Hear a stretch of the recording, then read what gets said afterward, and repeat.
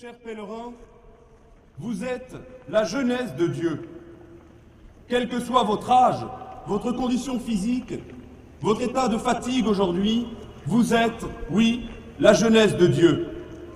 Car c'est l'Esprit Saint lui-même qui vient en ce jour de la Pentecôte transformer nos âmes, les renouveler, les rajeunir, en leur donnant une vie nouvelle, la vie de la grâce, la vie de Dieu lui-même.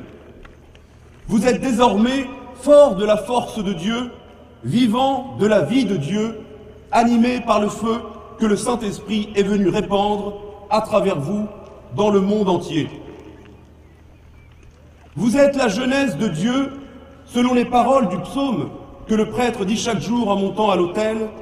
Je monterai à l'autel du Seigneur, vers le Dieu qui fait la joie de ma jeunesse. Oui, vous êtes la jeunesse de Dieu, joyeuse, car vous êtes venus puiser à sa source sacramentelle l'eau de la vie éternelle, celle qui donne l'éternelle jeunesse. Chers pèlerins, en ce dimanche de la Pentecôte où nous célébrons la naissance de l'Église, nous célébrons aussi notre nouvelle naissance.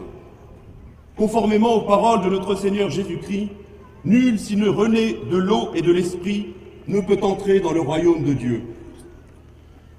Souvenons-nous donc en ce jour, qui nous rappelle celui de notre baptême, ce que doit être en notre âme cette vie nouvelle, quelles doivent être les qualités et les caractéristiques de la jeunesse de Dieu.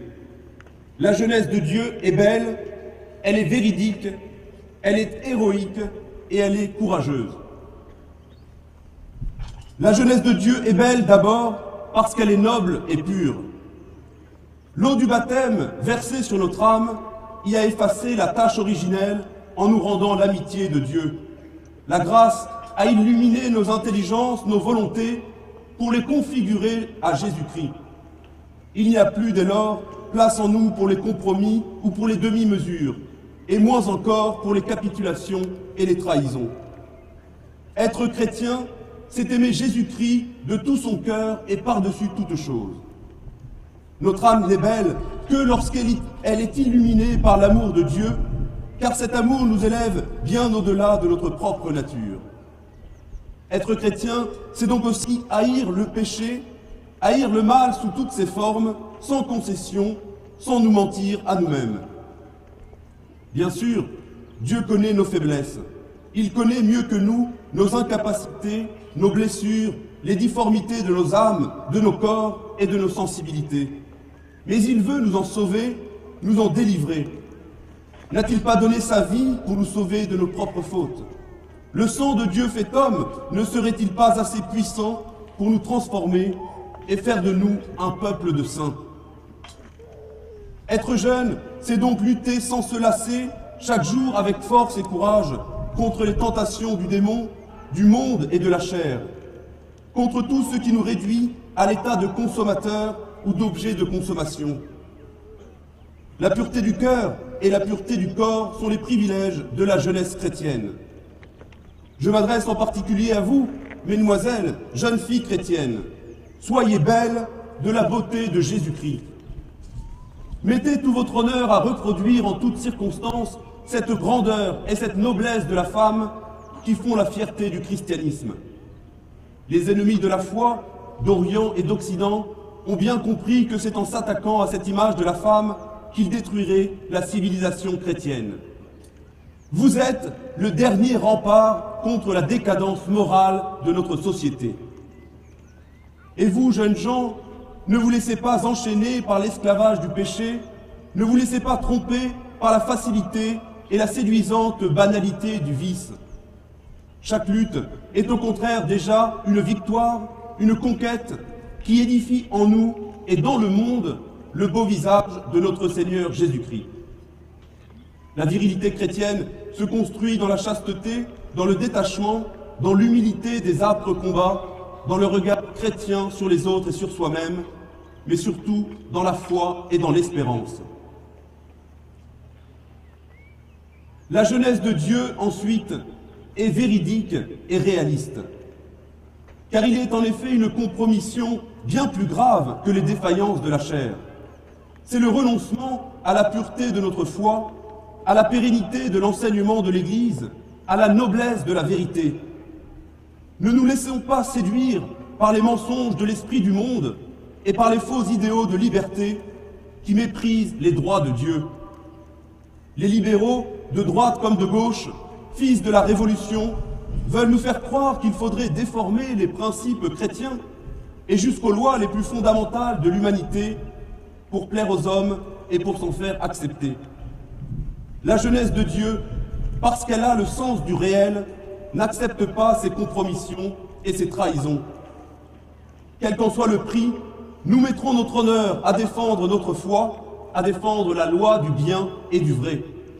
Ni dans l'Église, ni dans la société, nous n'accepterons de renoncer à la vérité pour une prétendue victoire médiatique ou politique, pour le succès à une élection ou même pour notre réputation.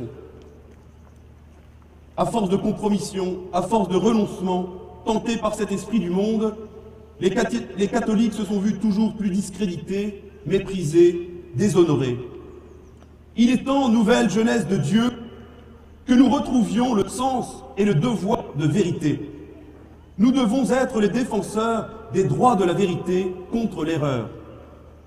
Si nous, catholiques, nous ne nous dressons pas contre ce qui salit, avilit, ce qui défigure la nature que Dieu nous a donnée, si nous ne nous dressons pas sans hésitation contre les crimes de l'avortement ou de l'euthanasie, si nous ne nous opposons pas de toute force aux parodies et aux mensonges qui détruisent la sainteté du mariage et de la famille, qui le fera à notre place? Qui osera dire aux hommes ce qui est vrai et ce qui est bien? Il n'est plus temps de transiger, de négocier, d'accepter des compromis. Ce sont les fondements même de l'humanité qui sont en jeu. Jeunesse chrétienne, relève-toi donc avec les armes de la raison et de la foi pour défendre l'honneur de Dieu et pour mettre un frein, construire une digue, un rempart contre l'asservissement, l'esclavage, la déroute et finalement la perte des âmes pour l'éternité. Car c'est bien cela qui est en jeu, non pas quelque choix politique ou médiatique, quelque option que l'on pourrait reporter à plus tard, mais bien le destin éternel de nos âmes, des âmes de nos frères, de nos enfants. Alors oui, nous resterons debout là où les autres se sont couchés, apeurés ou corrompus. Nous nous dresserons dans la tempête, revêtus de l'armure de Dieu, fiers d'être chrétiens, pour montrer aux hommes que c'est la vérité qui rend libre, et que c'est la soumission à Dieu par la foi qui donne à l'homme sa véritable grandeur, noblesse et dignité. Comme le rappelait Benoît XVI dans une homélie pour la fête du Saint-Sacrement, l'homme n'est véritablement grand que lorsqu'il se met à genoux devant son Dieu. Et en osant nous mettre à genoux, nous devrons faire preuve d'héroïsme. Car oui, chers pèlerins, la jeunesse de Dieu est généreuse, ambitieuse et elle est héroïque.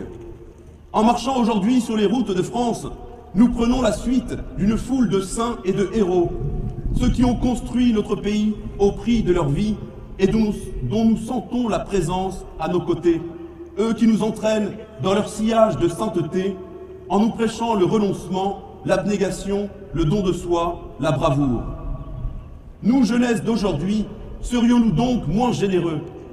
Serions-nous condamnés à la nonchalance et à l'indifférence, comme des enfants gâtés qui ignorent le prix de ce dont ils sont les héritiers? Non, si nous voulons relever le défi de nos ancêtres chrétiens, il faut, comme eux, alors, se porter vers la même source de leur héroïsme. Leur esprit de sacrifice, en effet, ils l'ont trouvé tous en un seul endroit, au pied de l'autel, en assistant au grand sacrifice, celui de Jésus-Christ.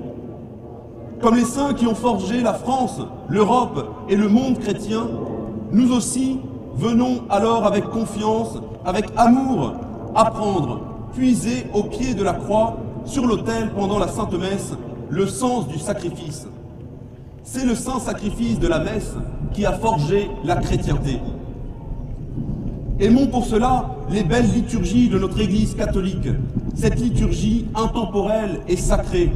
Aimons-la d'un amour radical, d'un amour exclusif, cette liturgie traditionnelle qui a forgé dans le passé et qui forge toujours les âmes chrétiennes à l'image de Jésus-Christ. Car oui, c'est là, à l'autel, que notre Seigneur nous enseigne la voie de la croix, la voie du sacrifice, mais il nous enseigne aussi que c'est en se donnant à son image, que l'on sera victorieux avec lui et joyeux au jour de la résurrection. L'époque actuelle, oui, appelle donc des héros. C'est la sainte ambition du chrétien. Et nous y sommes tous appelés à cet héroïsme de la sainteté. Car les véritables héros d'aujourd'hui ne sont pas ceux des films, des séries à la mode et de la mondanité. Ce sont, osons le dire, ce sont d'abord les mères de familles chrétiennes, de familles nombreuses, héroïnes silencieuses du quotidien, qui se donnent sans relâche, jour et nuit, inconnues et même méprisées par le monde, qui se donnent à la plus belle des œuvres, celle de former les âmes et les cœurs de leurs enfants dans le sanctuaire familial. Femmes chrétiennes, mères chrétiennes, nous vous le disons, vous êtes les héros modernes qui reconstruisez la chrétienté, vous êtes les bâtisseurs du futur, notre consolation et notre espérance. Les véritables héros d'aujourd'hui, ce sont aussi tous ceux qui répondent avec générosité à l'appel de la vocation, prêtres religieux, religieuses, qui renoncent à eux-mêmes pour se donner à Dieu. Et je m'adresse plus particulièrement à vous, jeunes gens, jeunes filles, qui n'avez pas encore fait le choix d'un état de vie. Prêtez l'oreille à l'appel de Dieu qui veut se réserver certaines âmes parce que son Église en a besoin. Profitez de ce pèlerinage pour examiner avec sérieux ce désir que vous avez peut-être de servir Dieu, de servir l'Église, ce désir de conquérir les âmes pour les amener à Jésus-Christ, et répondez-y avec générosité. Ce don de soi vaut tous les renoncements, car Jésus-Christ ne déçoit jamais ceux qui se confient à lui. Il rend au centuple dès ici-bas et dans l'éternité. Les héros d'aujourd'hui, enfin, ce sont aussi tous ceux qui, dans leur profession, dans leurs écoles, dans des associations ou des œuvres de bienfaisance, dans la vie publique et la vie politique de la cité, choisissent le camp de Dieu, le camp du bien, quel qu'en soit le prix. Ce sont ceux qui souffrent de cette sorte de persécution polie, éduquée, déguisée en modernité, la persécution en gants blancs, comme l'appelle notre Saint-Père, le pape François, mais qui n'est autre que le martyre quotidien du chrétien, ce martyre imposé par l'apostasie silencieuse de nos sociétés modernes. Nous sommes donc tous, chers pèlerins, appelés à cet héroïsme du quotidien, car le bon Dieu ne veut pas de médiocrité ni d'égoïsme, il veut des héros, des chrétiens, des saints. La jeunesse de Dieu, enfin, est courageuse et remplie d'espérance. C'est bien là, sans doute, le trait le plus caractéristique de la jeunesse, se construire des rêves et mettre toute son ardeur à les réaliser. Le commandant Élie Denoy de Saint-Marc écrivait ceci à un jeune de 20 ans. De toutes les vertus, la plus importante me paraît être le courage, les courages, et surtout celui dont on ne parle pas et qui consiste à être fidèle à ses rêves de jeunesse. Chers jeunes, fixez-vous donc des rêves qui soient grandioses, ambitieux, surnaturels, c'est-à-dire des rêves qui aient une valeur pour l'éternité. Choisissez ce qui vaut vraiment la peine de donner sa vie et de donner sa jeunesse. Les défis actuels, ceux qui s'annoncent, sont trop dramatiques pour se contenter de petites ambitions. Comme le disait il y a peu le cardinal Sarah, deux dangers immenses nous menacent, comme deux bêtes de l'Apocalypse. L'idolâtrie de la liberté occidentale, le fondamentalisme islamiste d'autre part. Laïcisme athée contre fanatisme d'une fausse religion. Entre ces deux monstres dévastateurs, il est l'heure du courage, des grandes ambitions.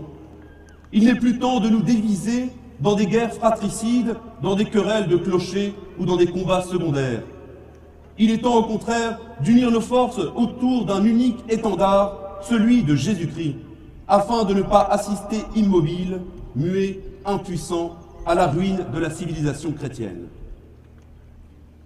Si le déclin du courage en Occident est le signe de la vieillesse des sociétés qui ont trahi leur baptême, ce ne sera pas chez nous, jeunesse de Dieu, que manquera ce courage.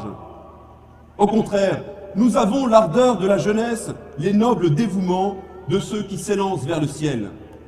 le souffle du Saint-Esprit, comme au jour de la Pentecôte, nous porte aujourd'hui bien au-delà de Chartres. Nous ne nous y arrêterons pas, mais nous continuerons notre pèlerinage jusqu'à chacun de nos foyers, jusqu'à chacun de nos villages ou de nos cités, pour y faire refleurir l'espérance.